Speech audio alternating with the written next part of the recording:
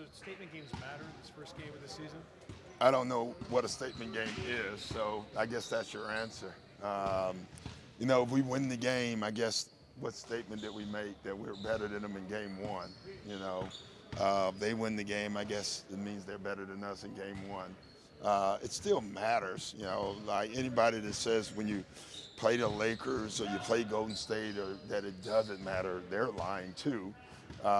Having said that, it's one game, and that's a fact as well.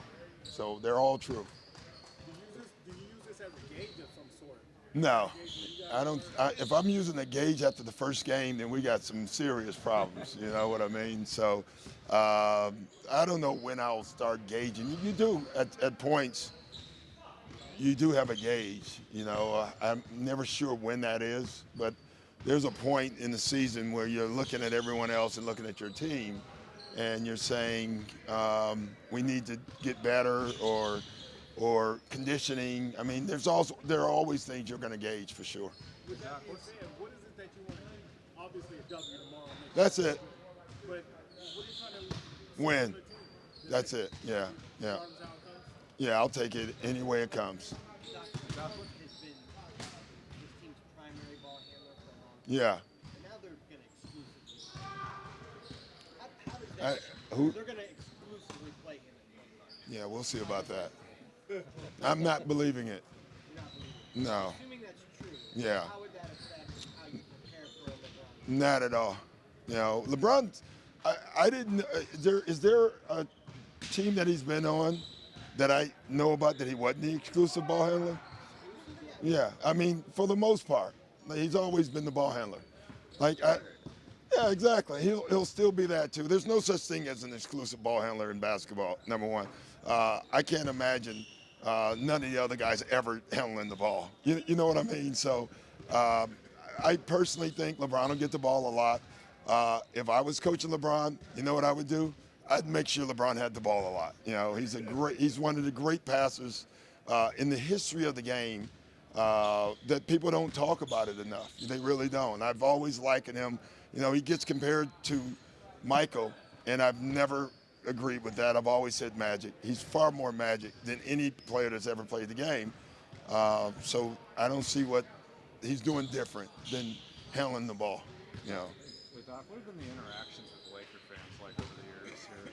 Oh, it's been good and bad. When I first came here, it was conflicted. I got, as long as you're not in Boston, a lot. Tough to like you. You're from Boston. That was the one. And you get now. The good one is I'm a Laker fan, but the but is you can fill the blanks. You can go anywhere with that one. But overall, pretty cordial. Yeah. What reaction did you get from them after this summer with Kawhi? Oh, no change, really. I got a lot of people who are, hey, I'm just a Laker fan, which is fine. I'm a Laker fan, but I'm from LA. You got that, and those are the two you get. How have you seen Kawhi's offense develop? We know about his defense. But Yeah. After last year, how has his offense developed? I don't know. His offense has just kept developing since he started with the Spurs. Starting with his shot. When he came in the league, he was always great at the basket, great in certain areas. Then he extended it out to the three-point lane. I think his facilitating has grown over the last couple of years as well. To him being more than just a scorer and a defender, his ability to make plays, has been absolutely wonderful. His ability to close games has been wonderful. So, if you saw how much he worked, you would understand why he keeps getting better. It's great for our young guys to watch. There's no secrets, really, in not just sports, but in life. If you work hard enough at it, you're probably going to get better at it. And LeBron pretty much lives up to that reputation. What have you seen on film of Anthony Davis playing with LeBron? Anthony's great on his own right. I don't think Anthony needs LeBron to be great. He's great before. What it makes him is greater because he's playing with a better player. Your focus has to be somewhat on LeBron and then you have Anthony Davis as well, where Anthony has been in situations where the focus, I guess you had Holiday, but truly been on Anthony. Your whole game plan was figuring out ways just to stop Anthony Davis. That's why the multiple great players work, because you can't do that. You can't just say, go in a game, our whole game plan is Anthony Davis. They have a guy named LeBron on their team, so it's difficult to do that. That's where you'll see him better because of less attention defensively. How distracting has it been for players with the whole China NBA controversy? Or protesters are supposed to show up tomorrow? They're not going to be on the floor, are they? No. Then they're not distracting. It's not distracting. I've told them nothing because life is a distraction on its own. We got more distractions. Really, personally, last night we had a team dinner and everyone told their personal stories. China wasn't mentioned once. Like we have our own lives, we have our own stories, our own personal stuff that you're trying to get through day to day. But then once you're on the stage, then all that is blocked out. I think for most athletes, that's the comfort zone, is when the game starts. You block everything else out. Hey, Josh, this team last year. Hey, how are you? Good to see you. You too. Stop blocking. That's true.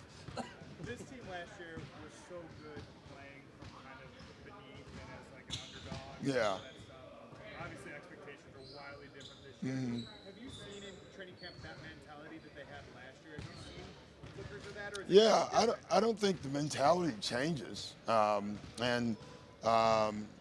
So that's no different. Is Pat Beverly going to be different this year? Like, honestly, no. Is Trez going to be any different than he was last year? No, they're going to be the same Bulldogs they were the year before. Is Lou going to be different? No, Lou hasn't changed in 10 years. So Lou's going to be the same. Our team is different because we have even better players. But the expectations is a word that doesn't change how you play, But you'll see, I keep saying pressure's a privilege and all that stuff. Those are words as well. And we'll see when the game starts. Are we ready for whatever comes our way? Because a lot of things will be thrown your way, and you'll deal with it as they come. With the new team, can you, in the sense of being ready, can you ever get enough practice time? No. Well, you can, but we certainly don't in these days in the NBA. There's no doubt about that. We've cut out exhibition games, which I'm all for, but we've also cut out a lot of practices. From each year, it seems like there's less and less practice time, and that's just tough. But it's nobody has an advantage in that, other than the teams that have been together, I guess, because everyone has the same amount of practice time. It's short, it's not enough. That's the only thing from a coaching standpoint, and even a league standpoint, that I actively fight for is more practice time before the season starts. And my concern more is health reasons than anything else. I just think it's too short. So how do you balance not overworking guys while getting enough practice time? Well, you just use your brain, man. Like at the end of the day, I'd rather not be ready in certain stuff and be healthy than work them to death and then they fall out on the floor. You know what I mean? So I think that's a simple one for us. And the difference is there's sets that you don't run well, and that, and you work through the season. You literally are running stuff through the season, and you're getting them in that way. That's how you do it now. It's different. But everyone has the same issues, so it makes it equal. Is there a limit on Kawhi's playing time or anything? No. Without Paul for those first steps. Sorry, go ahead. You mentioned Kawhi's work ethic. What's that look like? It was hard to explain. He's maniacal, and it's long, and it's very serious. I think for the young guys, even for our young coaches, the seriousness that he takes his workouts are, I've seen a couple of players that I won't name that I've had, but other than that, I've not seen anything like that. He's not goofing around. He's getting it done. No chat. It's work time. He approaches his practices that way, and I think it gives a lot of guys a serious focus that a coach can't give you. You know, only your best player can give you, and I think he does a great job there. Last question. I'm not sure how much you talked about this on things didn't work out with Todd and the Lakers. Yeah. Can you talk about how him coming here and working with you again materialized? Just we're friends. We talk all the time. That's basically it. It wasn't a you know, like a deep seat. You know, early on he had no interest, and as we talked, you know, we kept talking about basketball more and more. 'Cause what we talk about, and you know, when I asked the question for the 50th time, he finally said yes. You know, I'm stubborn. Just see me at a bar. No, I'm just joking. All right, thank you guys.